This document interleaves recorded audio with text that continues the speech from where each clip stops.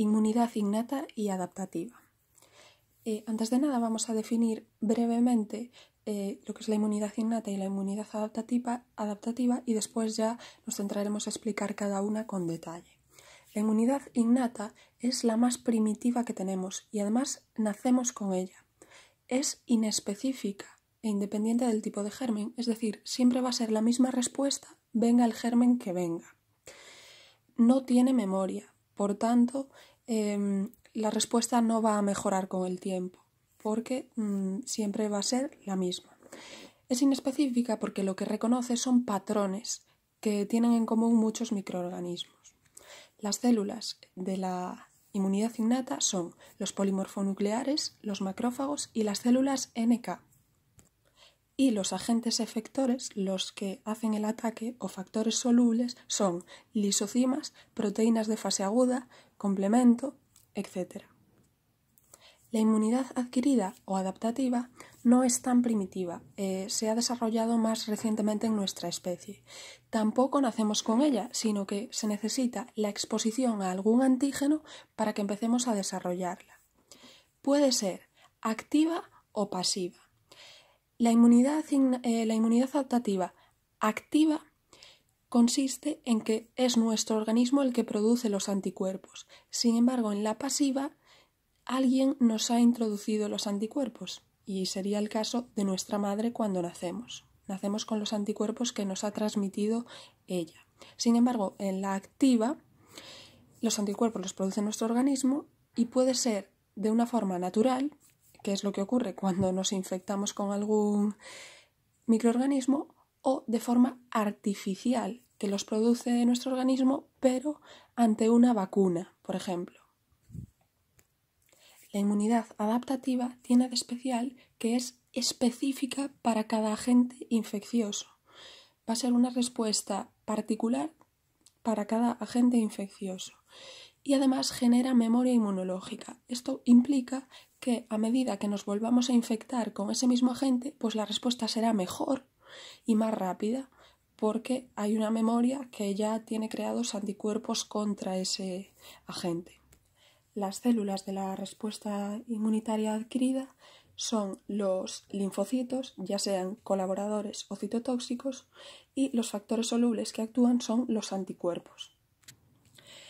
Decir que hasta ahora, pues normalmente las terapias que se hacían para combatir las infecciones iban contra el germen, por ejemplo los antimicrobianos, pero hoy en día ya se están buscando terapias que actúen modulando esta respuesta inmunitaria, ya sea para potenciarla o para frenarla. ¿Y por qué para frenarla? Porque muchas enfermedades están producidas por la excesiva respuesta inmune. Por tanto, no siempre quien hace daño es el germen, sino que muchas veces la respuesta inmune que se produce ante el germen todavía provoca más daño a nuestro organismo. Y ahora sí vamos a empezar hablando de la inmunidad innata. Ya decíamos que las células que la forman son los fagocitos, polimorfonucleares y macrófagos, pero antes de que actúen estas células todavía contamos con unas armas que son la primera línea de defensa. Y son una serie de barreras o moléculas que nos defienden en el primer momento. Para empezar, contamos con la piel. La piel y las mucosas son barreras físicas que tenemos que preservar, por tanto hay que tener cuidado con las heridas. Las barreras químicas o bioquímicas serían el pH ácido de nuestros fluidos, algunas enzimas, proteínas de fase aguda o interferones. Por tanto, cuidado con algunos medicamentos o sustancias que cambien el pH de nuestro organismo, como por ejemplo los antiácidos. Otra arma con la que contamos son las moléculas o agentes microambientales, que no son otros que nuestra flora bacteriana, intestinal o vaginal. Así que aquí tenemos que tener cuidado con los antibióticos porque van a arrastrar a esa flora. Y luego ya entraríamos en las células propias del sistema inmune innato. Como decíamos antes, el sistema inmune innato va a reconocer a los agentes infecciosos a través de sus receptores de reconocimiento de patrones, PRR. Y lo que reconocen son patrones que comparten muchos microorganismos. Y esos patrones se le llama PAMPs. Esos PAMPs los va a tener el microorganismo o bien en su superficie o también en el citosol. Y un ejemplo sería el lipopolisacárido de los gram negativos o el peptidoglucano de los gram positivos. Esas moléculas, esos PAMPs que tiene el microorganismo, tienen muy poca capacidad de variación, por tanto, les va a ser muy difícil escapar de nuestro sistema inmune innato. Como decíamos, esos PAMPs son reconocidos por los PRR, que son esos receptores que tienen las células de nuestro sistema inmune innato, y los PRR más conocidos y los más frecuentes son los tipo TOL, que se llaman TLR. El que reconoce al lipopolisacárido va a ser el TLR4 y el que reconoce al peptidoglucano de los gram positivos va a ser el TLR5. El TLR4 reconoce tanto al lipopolisacárido como al peptidoglucano y el TLR5 reconoce, por ejemplo, a la flagelina o a la pilina. Decir que estos PRR, además de reconocer a los PAMPs de los agentes extraños, también puede reconocer a moléculas de nuestro cuerpo que a veces identifica como extrañas y es lo que se llamarían DAMPs.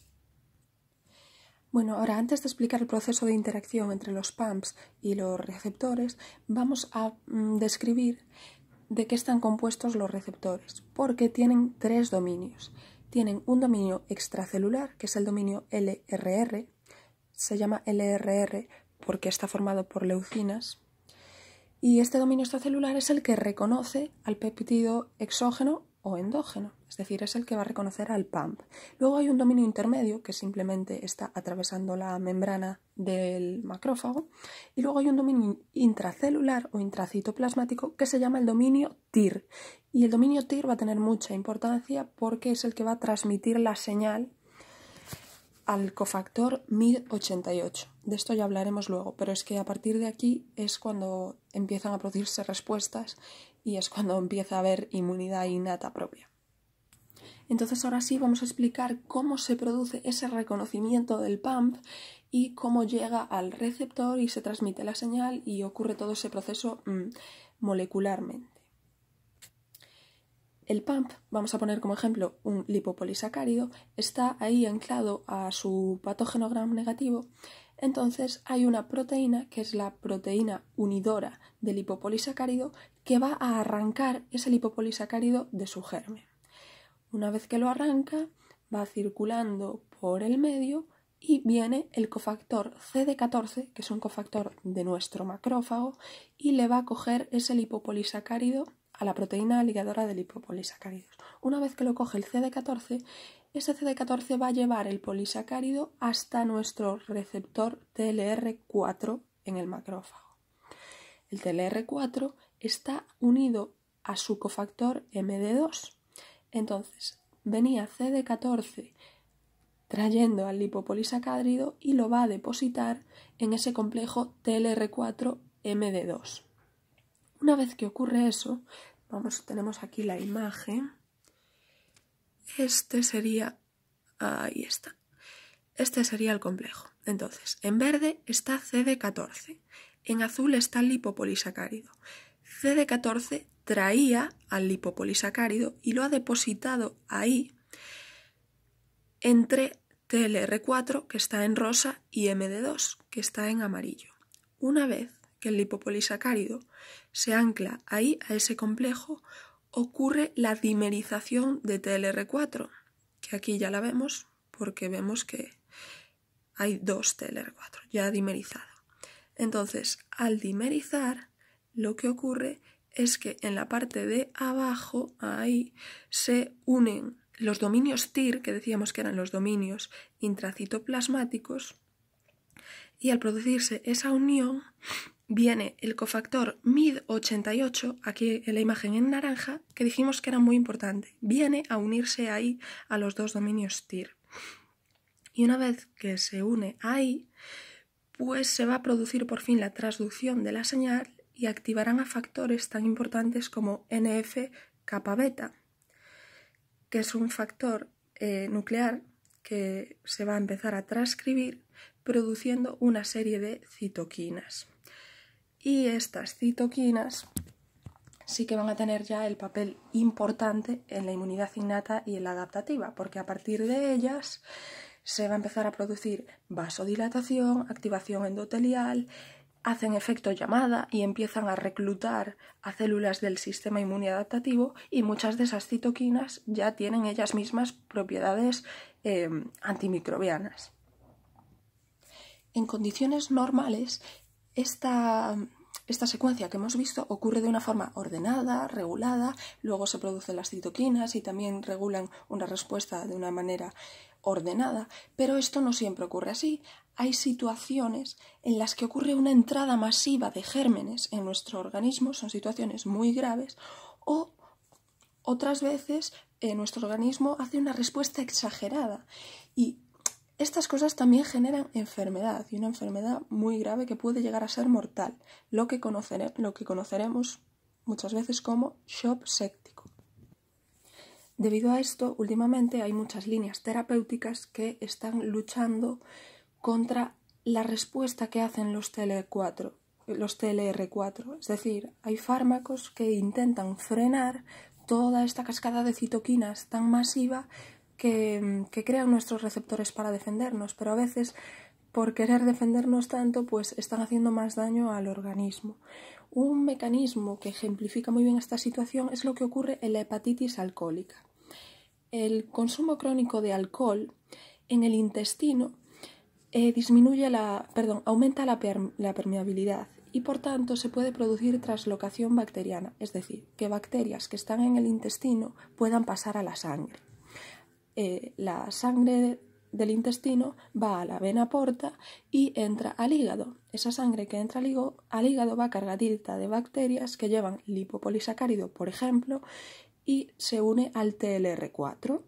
El TLR4 se va a activar un montón por el mecanismo que acabamos de ver y va a producir un exceso de citoquinas que van a estar dañando al hígado continuamente, y también está contribuyendo a esa hepatitis. Por una parte el alcohol y por otra parte estas bacterias que llegan al hígado y activan a los receptores produciendo una cascada masiva de citoquinas.